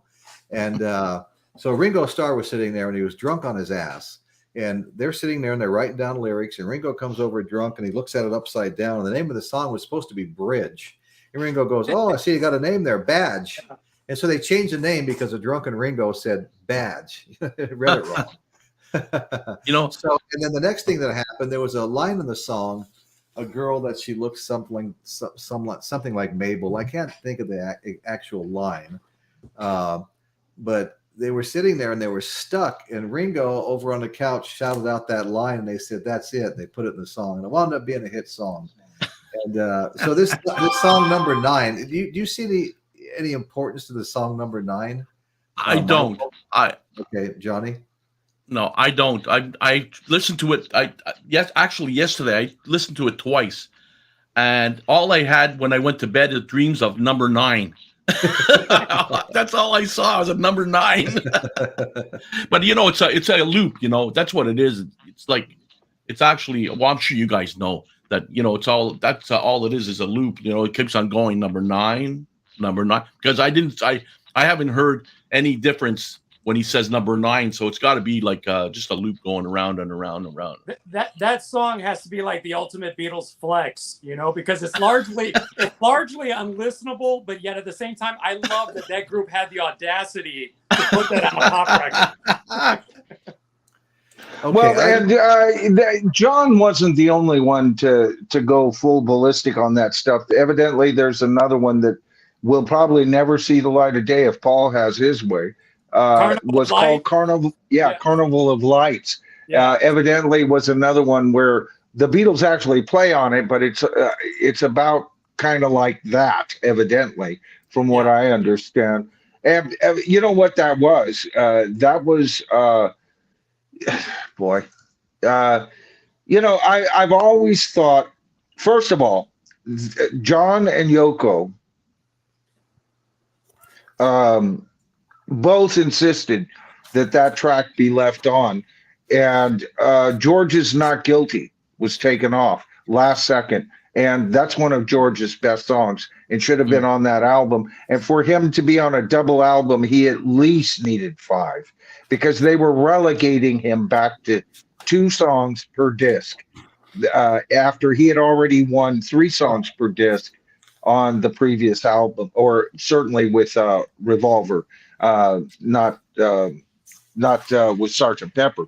But here's the deal: George actually helped a whole lot with Revolution Number 9. He was involved with all of that. He helped, you know, move the slider so they could create that collage, and that's one of those things that, yeah, you got to give him. You know, it's not the White Album without it, you know, but I think most people who really love the White Album, you know, we all have our, you know, what was it? George's magnificent All Things Must Pass was even on the table at this early date. So All Things Must Pass and Not Guilty, he deserved 6 cuts on that album, and he only got 4. And so, and that collage took up that. But if you can manage to go through it and then listen to Good Night, what a freaking trip those 2 tracks are. Oh, yeah. Together, with and both written by John and Ringo singing Good Night. It's like, that's weird, because some of the most disturbing images come from Revolution Number 9, and then it ends with a child's lullaby. The whole album ends with a child's lullaby. Yeah. Like I said, the album goes where no album has ever gone before. You know? I think that's listening to that, and that's what kind of like made me drift away a bit from the Beatles. They were kind of getting strange on their music, right? Like for example, the Revolution Number 9 and a few other ones, kind of weird, like off the wall stuff. But I was gonna ask you something. I got this. Okay, this Sergeant Pepper's, right? But do you have the insert that they put in it, the cutout? Did when I bought it. I'm going to say probably not. Where you cut out the mustache and all that stuff. Kind of weird. Yeah, I was going to ask you, Michael, did you walk around wearing the mustache? I actually cut out that mustache. I did. Bruce, Did you? I swear to God. Hey man, they're cutouts, dude. They were cutouts. I wasn't thinking what it'd be worth 30 years from now. Mine is barely held together, you know. And no, there's no goodies in here. No. Oh, I was gonna ask you something else. I don't know if you've ever seen this. Sorry, I don't want to interrupt or anything. If you guys have anything go to say. ahead. Now I bought this many years ago. Now I don't even know if they make them anymore, but I don't know if you ever seen this. It's a book. You open it up, and it's a 3D picture of pop-ups. So you move the legs. You can move the legs and move the arms, and I've never ever seen that. And like this one. God, I'd forgotten about pop-up books. Wow, that takes me back. Yeah. Yeah, it looks like they're all based on photographs. Yeah, I have an Elvis one too, as well. Oh, no kidding. I think what I want to do real quick here is just show my my Stones albums I have sitting here. This of course was Between the Buttons. And then we got the Rolling Stones Beggar's Banquet. Another classic. And this reminds me of the same kind of material, this cover, that the White Album's made out of. Yeah. It's that yellowing, and it can get a yellow circle where the album sits and things like that. And this Beggar's Banquet is a great album. I mean, you've got Sympathy for the Devil, No Expectations, Dear Doctor, Parachute Woman, Jigsaw Puzzle, Street Fighting Man. That's a cool song. Prodigal Song, Stray Cat Blues, Factory Girl, and Salt of the Earth. And I think this is a great album. Oh yeah, Beggar's Banquet. After that, I followed that up with Let It Bleed, 50-year anniversary copy. Wow. Nice. And there's, of course, the songs on here: Let It Bleed, Love in Vain, Midnight Rambler. Tell me that's not a great song. That's wonderful. Gimme Shelter, You Got the Silver, You Can't Always Get What You Want. Fantastic song. Love With Me, Monkey Man, and I got the label covering this last song. I can't go to read it. But anyway, after that, I've got the zipper version of Sticky Fingers. Awesome. Oh, that's the actual zipper. Andy Warhol cover. Yeah. Oh, you can't see it, can you? All right. So you zip that baby up and down. Andy Warhol. Anyway, then I also have the remastered one, without the movable zipper. And but when I saw this, I wanted one of these really bad. I finally found it in good shape. The vinyl's, vinyl looks pristine. That one with the zipper is very rare and hard to get. Yeah, the first one I found, they wanted like $100 and something for it, and it was all scratched to shit. It had the zipper, and the guy goes, "You're only buying the album cover." And I said, I'm not buying it at all. I'm just looking at it. And then I had to get this one. And there's one more I need to get, and that's Bridges to Babylon. Probably many more I need to get. But I'm talking about the 2 concerts that I went to of the Stones. 1972 Long Beach, Exile on Main Street. And Great era. This is a double album set. The album that almost killed them. This is a 1972 first pressing, and I paid way too much for it, but I'd been looking for it for years, a clean first pressing. And I went to Traffic Records, my little local record store here. It's got the 12 postcards that have never been torn apart on the perforations. I mean, everything's here. It's complete. It's like perfect condition, and it was more than I should have paid for it. But anyway, I went to the concert. I needed one bad. This is I'm the perfect consumer when it comes to stuff like that.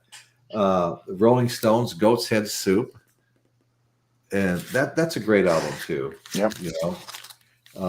Let's just take a quick peek at the list. It's not on the outside. Goat's Head Soup. Here we go. We've got a couple of things in here. That's the sleeve.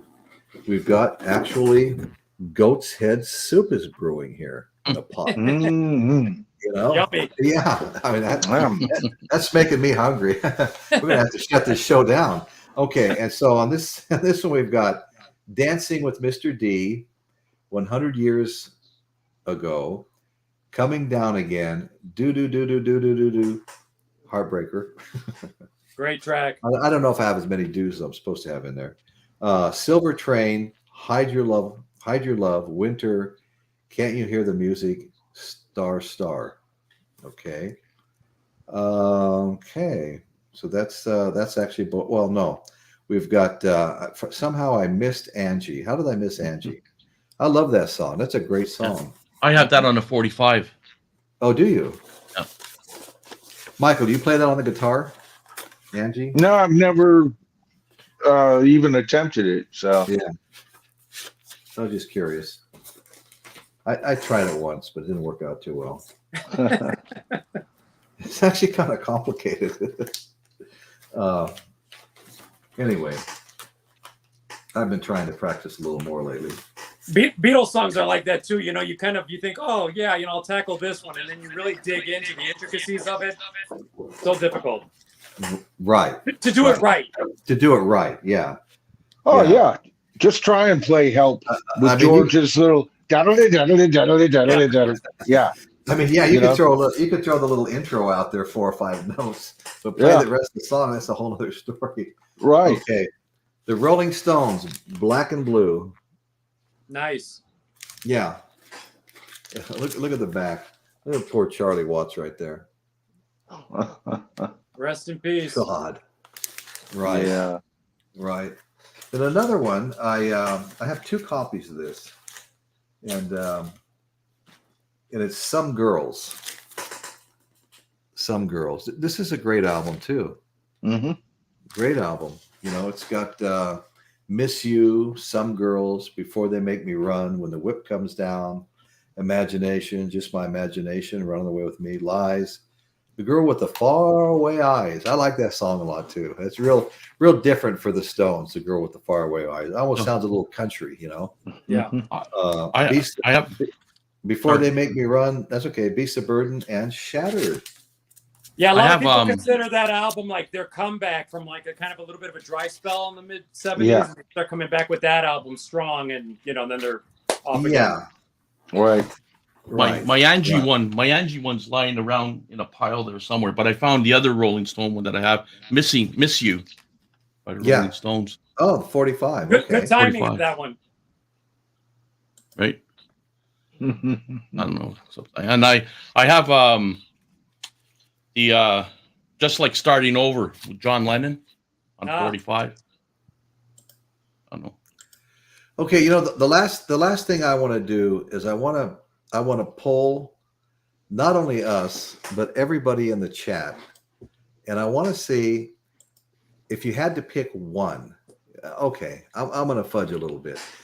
Beatles or Rolling Stones, or you can make it a tie. Okay, so if everyone in the chat would just type in Beatles, Rolling Stones, or a tie, I just want to hear what the preference is from everybody. If you don't mind, let us know what you would choose.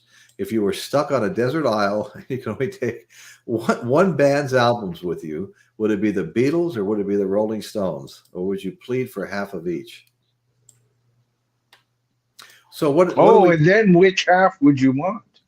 Of which group? That would be interesting.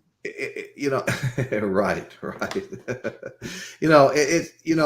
To say the Rolling Stones, I feel almost like I'm cheating because they're still recording music, maybe not in the last 6 months to a year, but they've been making albums all along, and the Beatles are a little more handicapped because they shut down years ago. So, because some of their best stuff came after the Beatles quit making music, the Rolling Stones, I mean. So that makes it kind of tough. That's why I kind of wanted to focus on the early years. Because then it was a more fair comparison.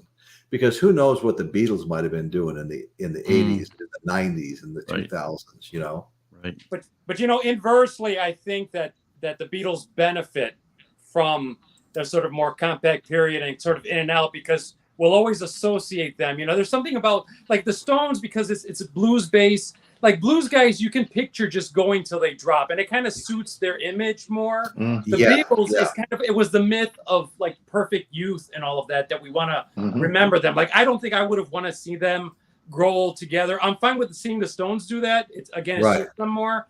The Beatles, not so much. I think the mythology of the Beatles is better for them having broken up when they did, because the story was pretty much complete for them anyway by that point. Makes sense. That's a good point. Very good point. Johnny, what do you think? Yeah, I think the Beatles left at the proper right time. I think broke up at the right time, because like you said, you wonder what they'd be like, and I wondered that too. What would it be like if we were all like, if they were like George was alive and John and they were together still, and what kind of music would they bring out in the 80s, 90s, stuff like that, and would they be flops? Right? Who knows, right? You know what I mean? Right. Because of the other competition that there is out now, right? So it's like with Zeppelin and all that stuff, like who would know, right? So I think they left in the 70s when they broke up. That was the best time for them to say adios. We've done what we've done. We could achieve what we had achieved. It's time to say adios and maybe go our separate ways and maybe make music our separately, right? Yeah, stuff like that. So I think they did a good. I think. Well, Zepp Pearl echoed probably a lot of people's feelings. Led Zeppelin, Stuck on a Desert Isle, and you know what? I would have to say that since I've got right now, and I have had for several months now, Led Zeppelin CDs in all three of our vehicles, and they've been in there for months. I would have to say that I would go that route with Zepp Pearl. But anyway, but that's not what we're talking about. We're talking about the Beatles and the Stones. I would say in the time period that the Beatles were together, I would have to go with the Beatles now. The Stones had an extended time period, and I love so much of the stuff that came after the Beatles were done. And I probably would have wound up, if the Stones and the Beatles had the same longevity, it might have been tough, but I would have gone with this. In the circumstances now, I would take the Stones in the later years and the Beatles in the time period that they were active. But now the Beatles are still have a lot of influence musically with their songs and their the stuff they wrote, because you have orchestras playing their music. You have Broadway shows that add some of their music to their shows, stuff like that. So there's still a big influence. But the Stones, not really. They don't have that kind of influence like the Beatles have. As far as I've never seen a Broadway show play Stones music or orchestra playing Stone music. It's always like Lennon McCartney stuff, right? That's really an interesting point. I mean, it just speaks to the songwriting. Oh, yeah. So they made a big influence on a lot of things, and they still do. And unfortunately, I was watching Ringo's birthday party on YouTube, and it was kind of neat. He was he's pretty cool, when I think of it. I was watching him, and it was in I think it was in where was it? In California, I think. It's on YouTube, and there was like, obviously, people, fans there and stuff like that. But, he's a really cool guy, I think. Well, Zepp Pearl, I got Zepp Pearl's comments up here. Yeah, I was just reading. I know, I could tell when you first noticed it. I love that. I absolutely love that comment, to be honest with you. Boy, if there was ever two albums that could do it, I swear to God, those two albums could.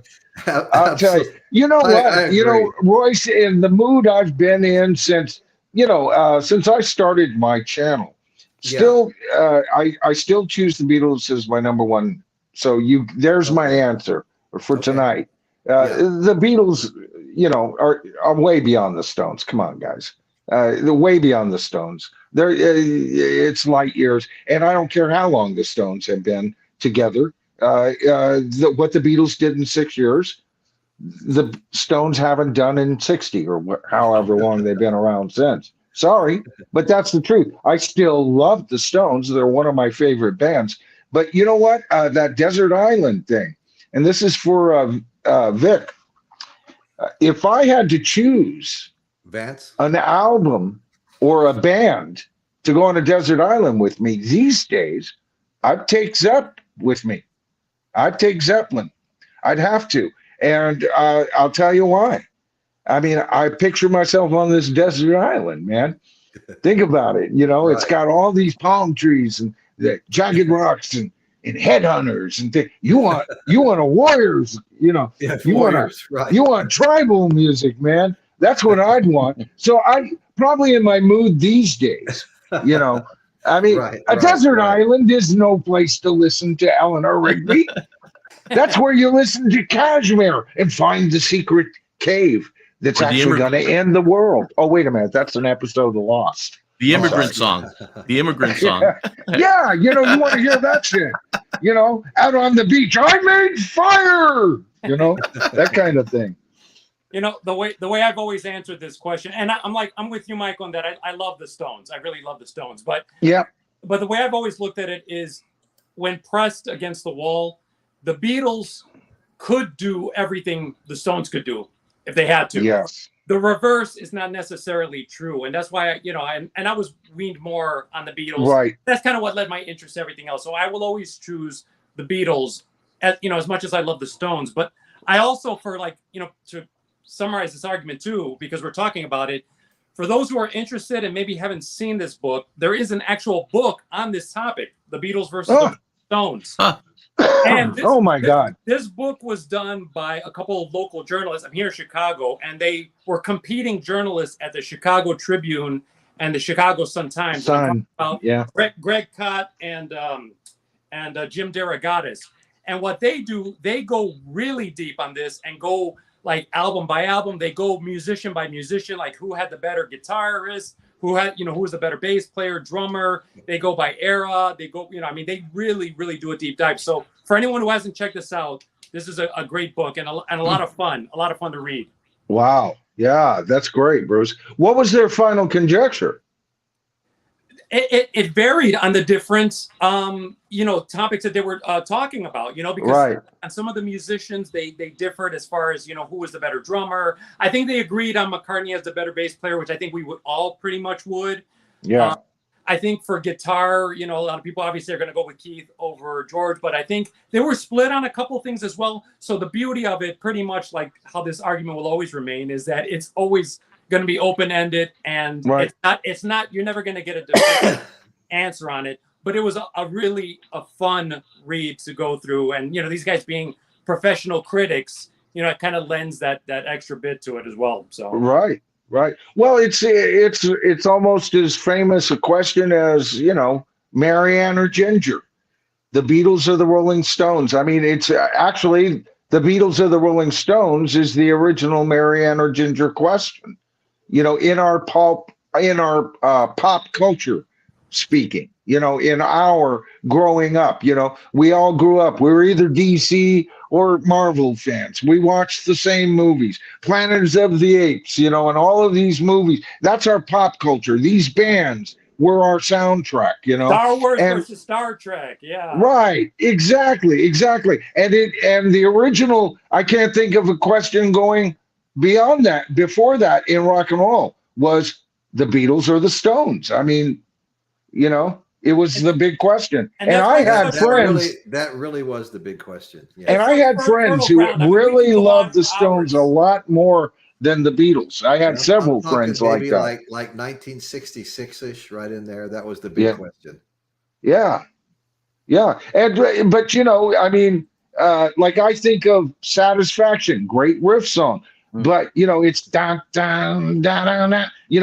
But then I think of Day Tripper. All right, now that one dances, or the song where John starts off with the first recording of distorted guitar. He lays claim to that to this very day. But that I mean, the Beatles could get down and dirty. Early on. While my guitar gently weeps. How about that one? Yeah. Well, that was a great riff, right? That was a great riff right there. But there is more sex in the Stones' music overall. Yes, there is. Yeah. And that's an intangible. I always make that argument as far as with Zepp and Floyd as well. Like there's almost no sex in the Floyd music. It's more existential angst. Zepp, there's sex. You have that element which is so critical in the feel of rock and roll as well. So, and it's interesting because we named two bands tonight that have very similar lead singers, and that was the Animals and the Stones. They both lead singers, Eric Burdon and Mick, are known for having this shit-eating grin on their face as they look at the camera. Like, it's all a fucking joke, people. It's all it's almost a wink to the girls out there. And the girls, see, the 14-year-old girls love the Beatles. The 16-year-old girls, now, because it's almost human psyche, female psyche. I want a bad boy. Yeah.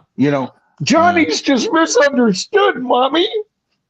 And the Stones fit that perfectly, They were the James Dean of rock bands, and the Beatles were the Paul McCartney of rock bands. No, they were the cheeky, cute. Even John was cute compared to Richards. Yeah. Anything's cute compared to Richards. Yeah, but that's not fair, though, buddy, because you know what? John can't lay claim that he was laid waste to by nuclear warfare. And Well, you know what's interesting. I think one thing we hadn't covered really is their stage presence and like Mick Jagger's antics on stage. You know, the poultry walking and all the stuff he does. That way more entertaining than the Beatles. Mick never met a lead singer he didn't emulate. Well, he did a good job though, and there's people emulating him now. Oh yeah, no, he's a great performer. But you know, you could see he'd meet this guy, and all of a sudden he'd be doing that. Then he'd meet that girl, and he'd be doing this. You know. Yeah, the shame of it is that we really don't have comparable like footage in the sense of like the Beatles, what John considers their best live period, which was the Hamburg stuff, where they were not contained. Brian hadn't cleaned up their image. That was just them raw. You know, who would pay like untold fortune to see them in that environment? Oh God, really doing anything to entertain an audience, you know. And in case you're thinking John was just kind of reminiscing and he was misremembering, folks, you got to remember all the young existentials in Germany. They were the new hippies at the time. They were the happening folks. They were coming in droves. They were discovering the Beatles. They, you know, like this was art to them.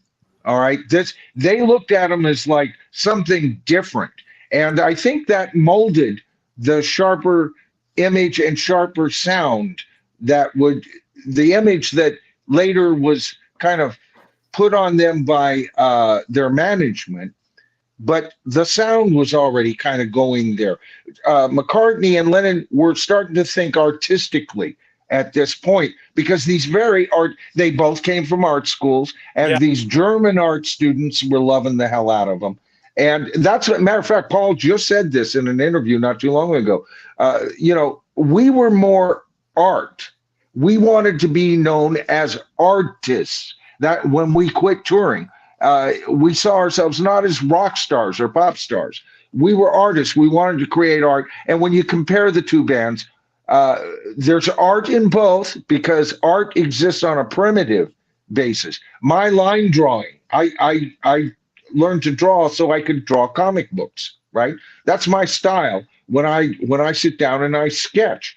All right, that's primitive art, but it's still art. And the Stones were like primitive art compared to the art that almost the Beatles reaching out to European roots and bringing it in. Eleanor Rigby, Yesterday, and even taking psychedelic instruments and adding Strawberry Fields Forever had an almost 18th century, 17th century feel to it. And that's where the Stones aren't in the subject. They're not on the same page.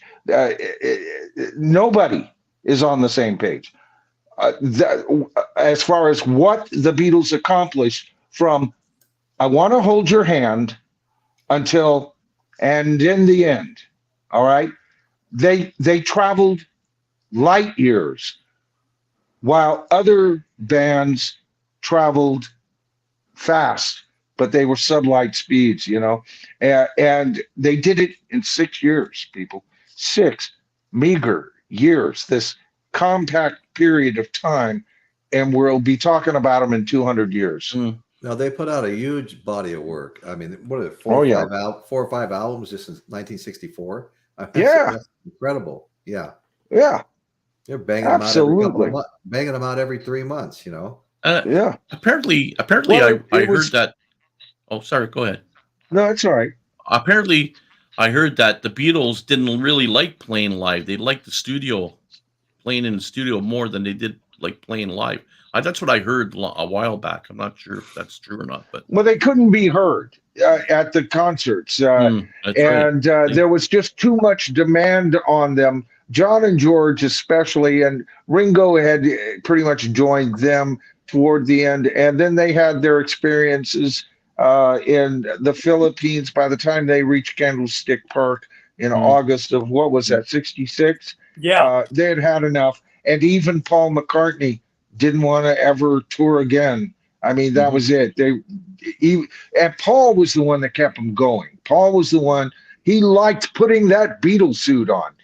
It was like his uniform. And, you know, we'd all be hanging together. Then we'd put our Beatle boots on. We'd put our suits and ties on. And we were all of a sudden Beatles. He says, I can't explain to you how good that felt. And of course, he doesn't need to explain it to us because we all felt that. We were all, for those who are Beatle fans, we were drawn by that look.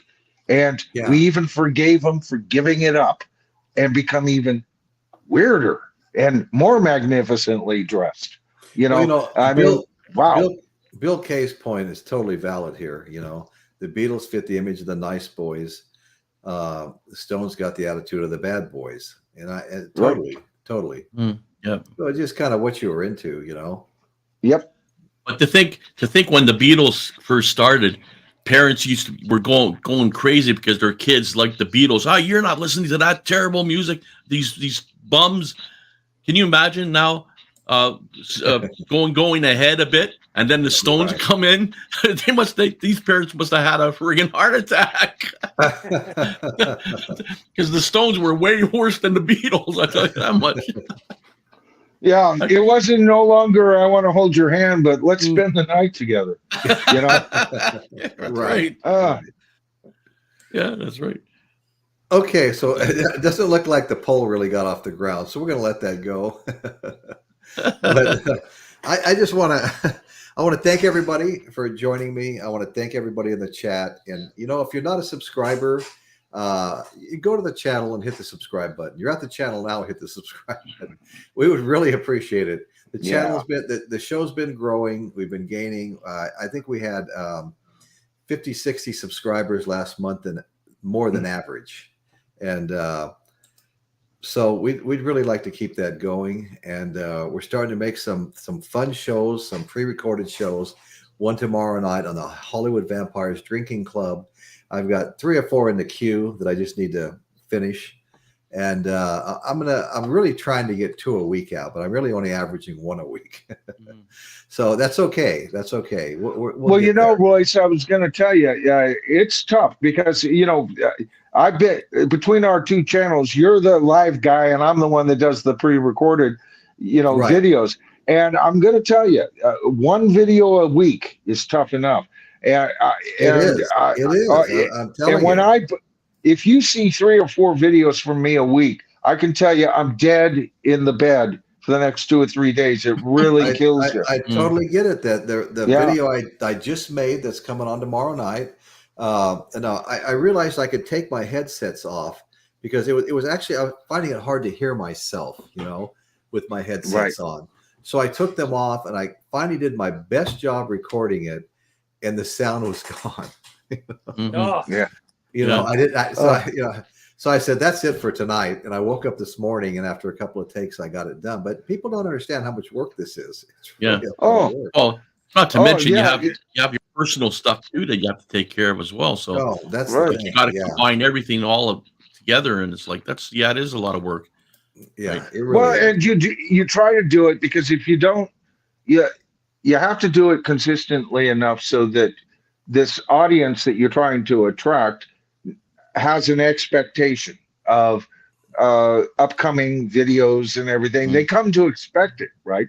I've got to the point where I'm backing away at providing 2, maybe in an emergency, 3 videos on a week if there's a hot news item. But I'd rather do 2 really good videos. But for me, I do a ton of editing and everything. But I've been there, Royce.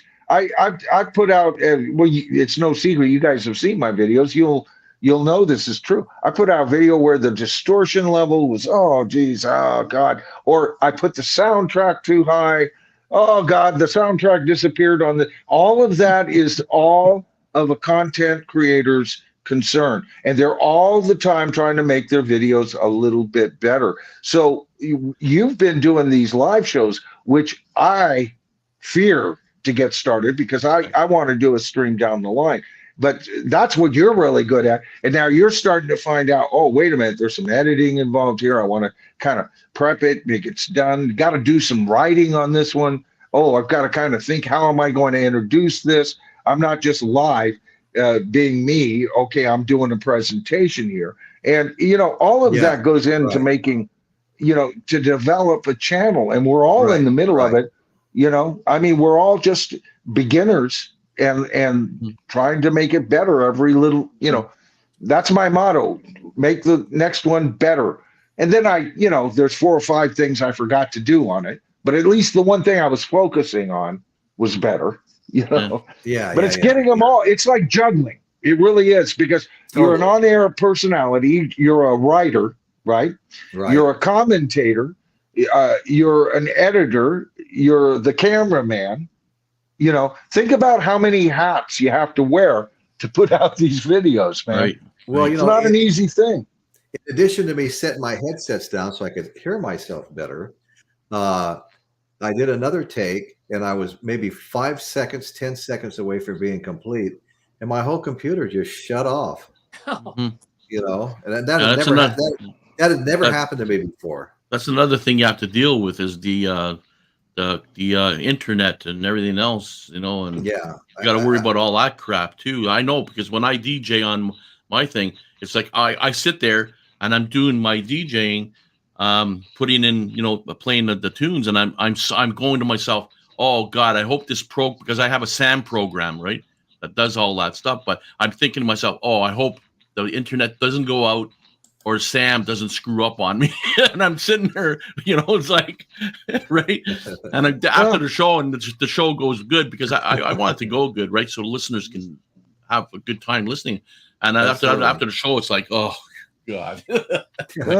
So, well, it can take for a long video, it can take 4 or 5 hours to upload. And if your internet goes out after 3.5 hours of uploading, and you've got this damn video set for Wednesday, because your analytics tell you've got a slightly larger audience on a particular Wednesday, and it's going into Thursday, which is your smallest day of the week, and you release it.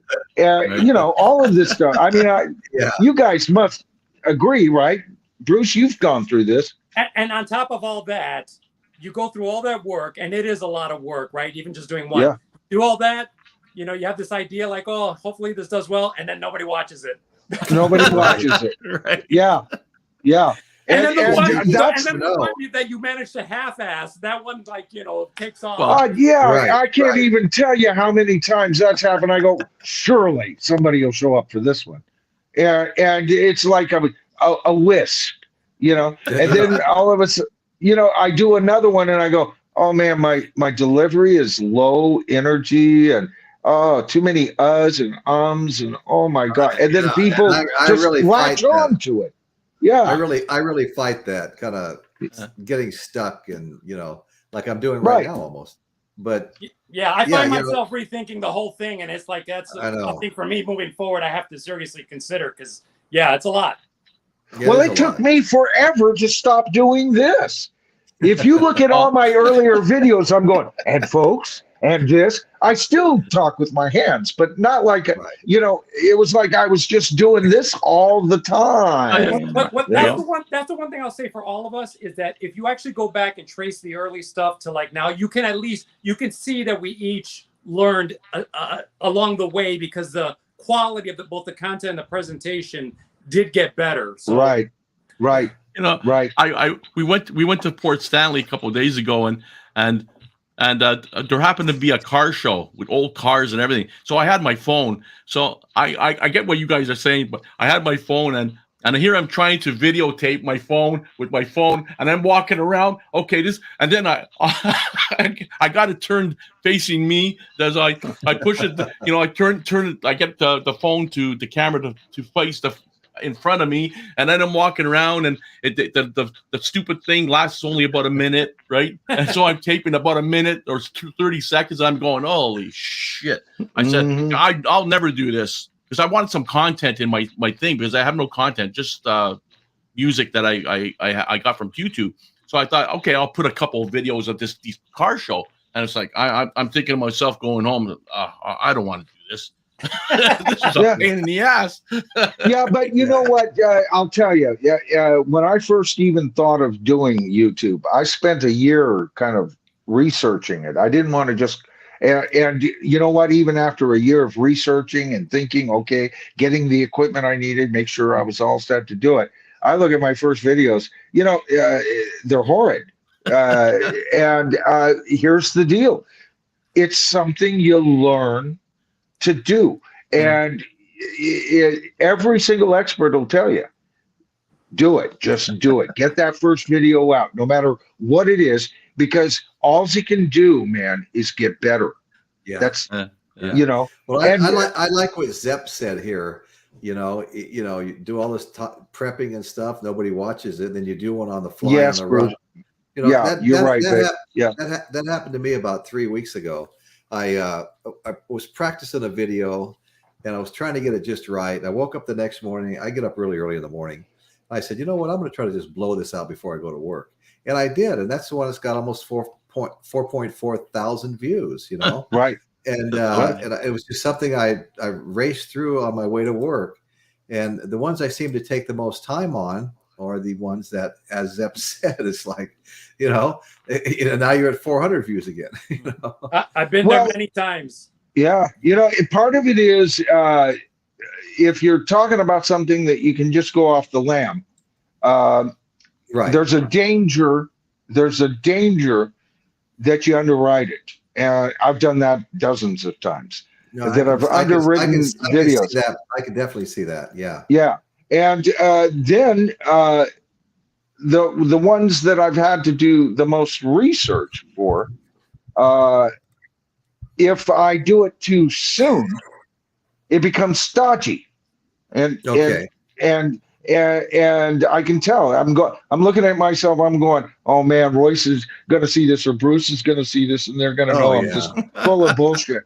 Oh no, And it's the ones where I do enough research and then live with. That's why it's a good idea to have 10 or 15 video ideas just on a list somewhere that you can go to. Because trust me, you're going to get to a point where you don't have any freaking idea what your next video is going to be. And yet you're looking at your calendar and you're watching, you're going, people are going to wonder what happened to me. They're expecting that. And it does, if you will lose viewers if you aren't consistent. So whatever it is you do, if you're going to go to 2 or 3 videos a week, take your time getting to that level.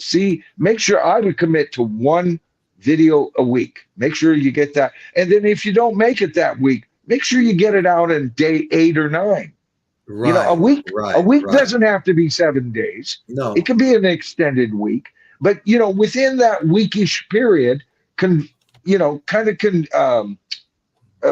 get yourself willing to do that and see how that goes. Just like you've had to let this show breathe for a couple of years, Royce, before it really found its kind of voice and everything.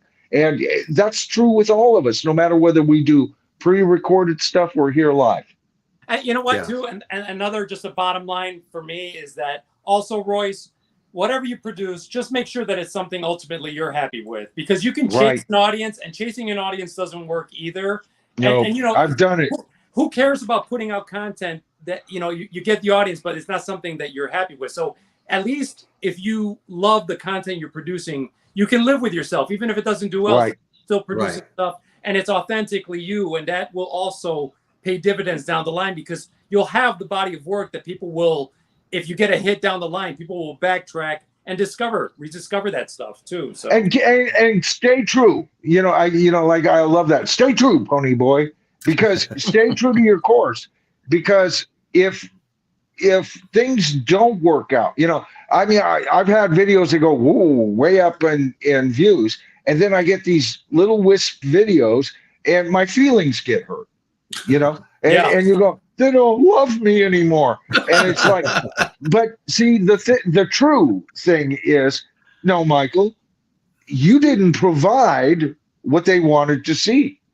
That's just all there is to it. And, and I suppose if it ever got to the point where I wasn't providing what people wanted to see, that'd be a day to knock it on the head. Nothing lasts forever. You don't have to be doing this in 2 years, or you could be, but but you won't be doing it in 2 years if you hate it and That's you right. can't keep a schedule. You know, Right. Right. wouldn't it be better that, okay, I think I've done this long enough, folks, and give a goodbye video and do it all on your own terms rather than pulling your hair out because you don't feel loved anymore. Nobody should, you know. Right, right. Interesting. Anyway. Yeah, totally. Okay, we're going to put a wrap on this now, guys. All right. All right. Thank As you guys. usual, folks, I really Thank enjoyed you. talking with you guys. Yeah. Thank you guys in the Everyone chat. in the chat too. Yeah. Co-host. Thanks to Absolutely. chat. You guys are Yes. fantastic. Thanks to Had the a good chat. time. Had a good time tonight. This was fun. And that's what's going on in Royce's world today. Thank you all so much. Thanks a lot for having me on the Good night. panel.